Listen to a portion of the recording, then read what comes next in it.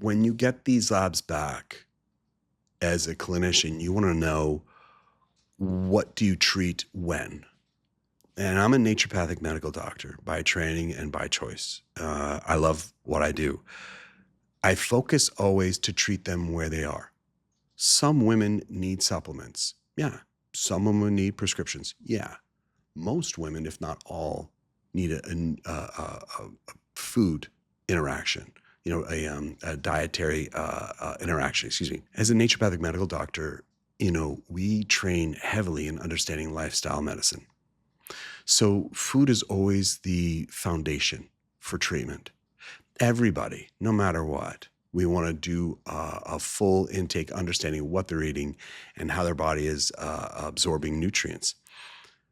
A food intervention for this, in cases here with a patient presents to clinic and they have a mild case, say they have a mild case of irregularity with their estrogen being a little bit elevated, we want to do with them more of a metabolic intervention with food. The labs you would see with them, they're glucose, fasting glucose above 95, insulin, fasting above 10. You want to see the hemoglobin A1C if it's above 5.5 or around 5.5. If the C-reactive protein inflammatory marker is around 1, apolipoprotein B, around 90. If the estradiol-estrogen ratio is mildly elevated, meaning the estrone is a little bit elevated over estradiol. So if your estradiol is 100 and your estrone is like 120, this is when you're going to use diet. That's your primary intervention in that case. What are the metabolic interventions that I use with food? What am I going to use with all these women with food? Extra virgin olive oil. We're going to do 2 to 3 tablespoons for sure every day in the food that they eat.